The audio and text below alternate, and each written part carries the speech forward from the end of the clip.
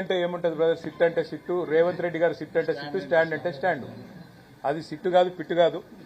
తెలుగులో ఆ సీరియల్ వస్తుంది కార్తీక దీపం అని, అది ఒడవది తెగది.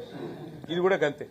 2 ఏళ్ల కింద రేవంత్ రెడ్డి పాపం పరిపాలన రాదు, శాత కాదు, అసమర్థుడు, ఇచ్చిన హామీలు నిలబెట్టుకునే తెలివి లేదు. 420 హామీలు ఇచ్చి అడ్డగోలు అబద్దాలు చెప్పి అధికారంలోకి వచ్చారు. తప్పించుకోవాలంటే ఏం చేయాలి? అమలు చేయకుండా 6 గ్యారెంటీలు, 420 హామీలు, ఏదో ఒక రూపంలో అటెన్షన్ డైవర్షన్ గేమ్లు ఆడాలి. అందులో భాగంగా కొన్ని రోజులు కాళేశ్వరం కుంభకోణం అని కొన్ని రోజులు డ్రామా, తర్వాత ఫోన్ ట్యాపింగ్ అని కొన్ని రోజులు డ్రామా, అట్లాగే కొన్ని రోజులు గొర్రెల స్కామ్ అని డ్రామా, కొన్ని రోజులు ఫార్ములా ఈ అని కొన్ని రోజులు డ్రామా. ఈ 2 ఏళ్లు ఈ డ్రామాలు, క్రైమ్ కథా చిత్రాలు, హారర్ చిత్రాలు తప్ప రేవంత్ రెడ్డి గారి ప్రభుత్వం సాధించింది, ప్రజలకు ఇచ్చింది ఏమైనా ఉందా?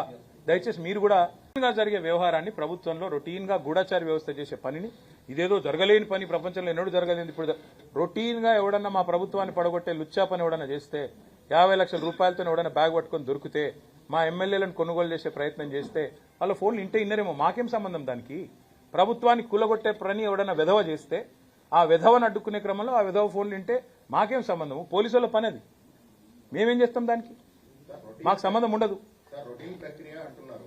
రొటీన్ ప్రక్రియ అనే కంటే ముందు ఈ కేసు ప్రారంభ దశలో కేటీఆర్ కేంద్రంగా అనేక పుంకాలుగా